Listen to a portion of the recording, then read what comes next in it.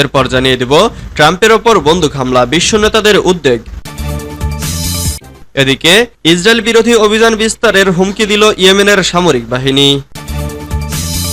এরপর জানিয়ে দিব আবার গাজা যুদ্ধবিরতি আলোচনা স্থগিত করল মধ্যস্থতাকারীরা। আরও জানিয়ে দেব রাশিয়া ইউক্রেন পাল্টাপাল্টি ড্রোন হামলা, পড়ছে রুশ তেলের ডিপো। সর্বশেষ জানিয়ে দিব রাশিয়া চীনের আগ্রাসনের মুখে আর্কটিক প্রতিরক্ষাকে শক্তিশালী করল কানাডা। এতক্ষণ শুনছিলেন সংবাদ শিরোনাম, এবারে বিস্তারিত। তবে অনুরোধ থাকবে ভিডিওটিতে একটি লাইক করবেন এবং কমেন্ট করে জানিয়ে দিবেন খুব শীঘ্রই দখলদার ইহুদিবাদী ইসরায়েল ধ্বংস হতে চলেছে। এ ব্যাপারে আপনার মন্তব্য কি? চাপ প্রদানের বিরুদ্ধে যুক্তরাষ্ট্রের প্রতি সতর্কবার্তা ইরানের নবনির্বাচিত প্রেসিডেন্ট বলেন তার সরকার জাতীয় স্বার্থ এবং শান্তির পূর্বশর্তগুলোর সাথে সামঞ্জস্য রেখে সকল দেশের সাথে সম্পর্কের মধ্যে ভারসাম্য তৈরি করবে। তবে তিনি যুক্তরাষ্ট্রকে জোর দিয়ে বলেন তার দেশ চাপ প্রদানে কোনো সাড়া দেবে না। মাসুদ পেজেশকিয়ান শুক্রবার রাতে দেশটির রাষ্ট্রীয় মালিকানাধীন তেহরান টাইমসে নতুন বিশ্বে আমার বার্তা লিখেন।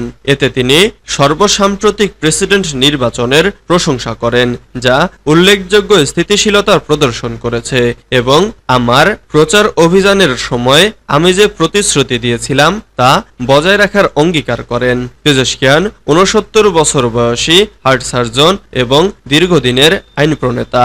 মে মাসে হেলিকপ্টার দুর্ঘটনায় নিহত প্রেসিডেন্ট ইব্রাহিম রাইসির স্থলাভিষিক্ত হওয়ার জন্য কট্টরপন্থী সাবেক পারমাণবিক আলোচক সাইদ জালিলিকে ৫ জুলাইয়ের ফিরতি নির্বাচনে হারিয়ে জয়লাভ করেন। ট্রাম্পের ওপর বন্দুক হামলা, বিশ্ব নেতাদের উদ্বেগ। নির্বাচনী সমাবেশে যুক্তরাষ্ট্রের সাবেক প্রেসিডেন্ট ও রিপাবলিকান প্রার্থী ডোনাল্ড ট্রাম্পের ওপর বন্দুক হামলার ঘটনায় উদ্বেগ ও নিন্দা জানিয়েছেন বিশ্ব নেতারা। স্থানীয় সময় শনিবার সন্ধ্যায় পেনসিলভেনিয়া অঙ্গরাজ্যের বাটলার শহরে এই হামলার ঘটনা ঘটে।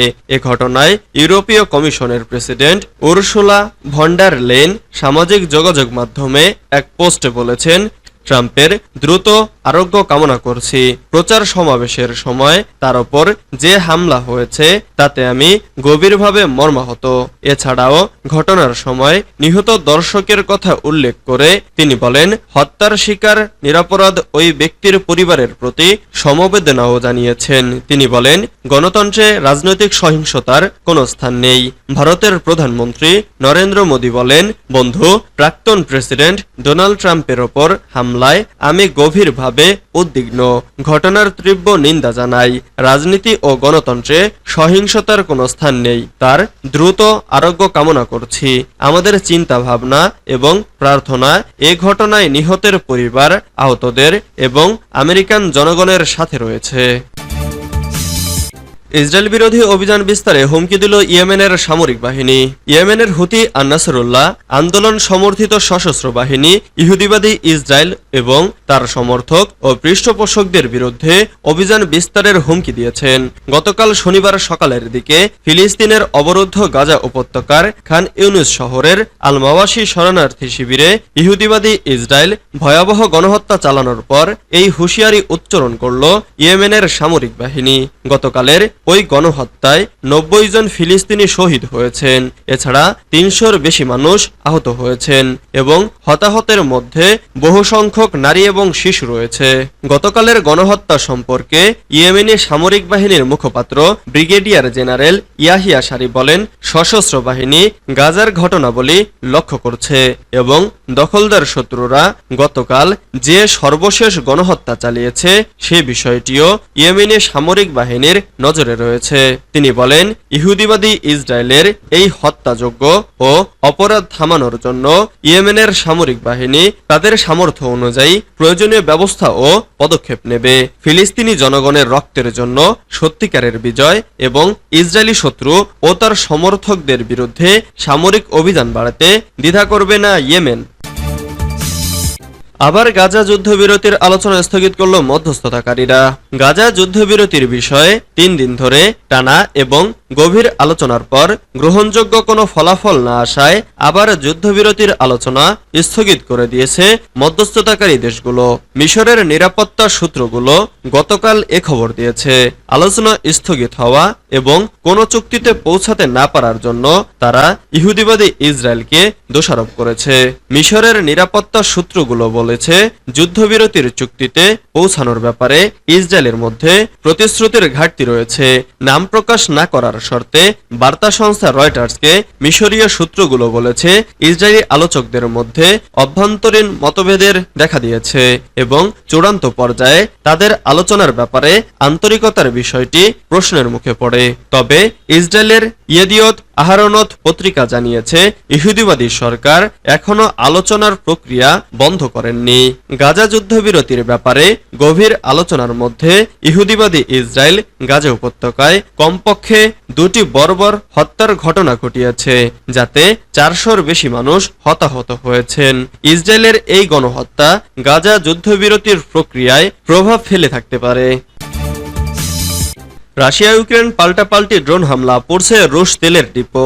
রাশিয়ার দক্ষিণ পশ্চিমাঞ্চলীয় রোস্তভ অঞ্চলের কর্মকর্তারা শনিবার ভোরে ইউক্রেনের ড্রোন হামলায় সেখানকার একটি তেলের ডিপোতে আগুন লাগার খবর জানিয়েছেন। এটি ছিল সীমান্ত অঞ্চলে কিয়েভ বাহিনীর দীর্ঘপাল্লার সর্বসাম্প্রতিক আক্রমণ। ইউক্রেনে রাশিয়ার হামলার গতি কমিয়ে আনতে সাম্প্রতিক মাসগুলোতে ইউক্রেন রাশিয়ার তেল শোধনাগার ও টার্মিনালগুলোকে লক্ষ্য করে বিমান হামলা জোরদার করেছে।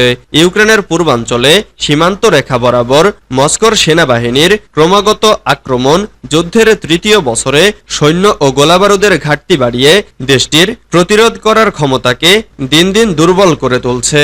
রেস্তোভের আঞ্চলিক গভর্নর ভাসিলি গোলোভেভভ জানান, ড্রোন হামলায় 200 বর্গমিটার এলাকা জুড়ে আগুন লেগে যায়, তবে কেউ হতাহত হয়নি। টেলিগ্রামে অগ্নিকাণ্ডের খবর জানানোর প্রায় 5 ঘন্টা পর তিনি আগুন নিভিয়ে ফেলার খবর জানান।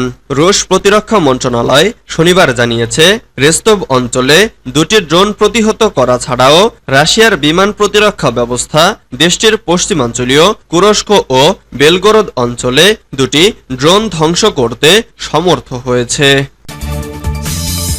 রাশিয়া চীনের আগ্রাসনের মুখে আর্কটিক প্রতিরক্ষাকে শক্তিশালী করল কানাডা। কানাডা বলেছে, জলবায়ু পরিবর্তনের মুখে দ্রুত কৌশলগত তাৎপর্য অর্জন করেছে এমন একটি অঞ্চলে সামুদ্রিক নিরাপত্তা বাড়ানোর জন্য সুমেরু অঞ্চলে বরফের নিচে কাজ করতে সক্ষম প্রচলিতভাবে চালিত 12টি সাবমেরিন কিনতে যাচ্ছে।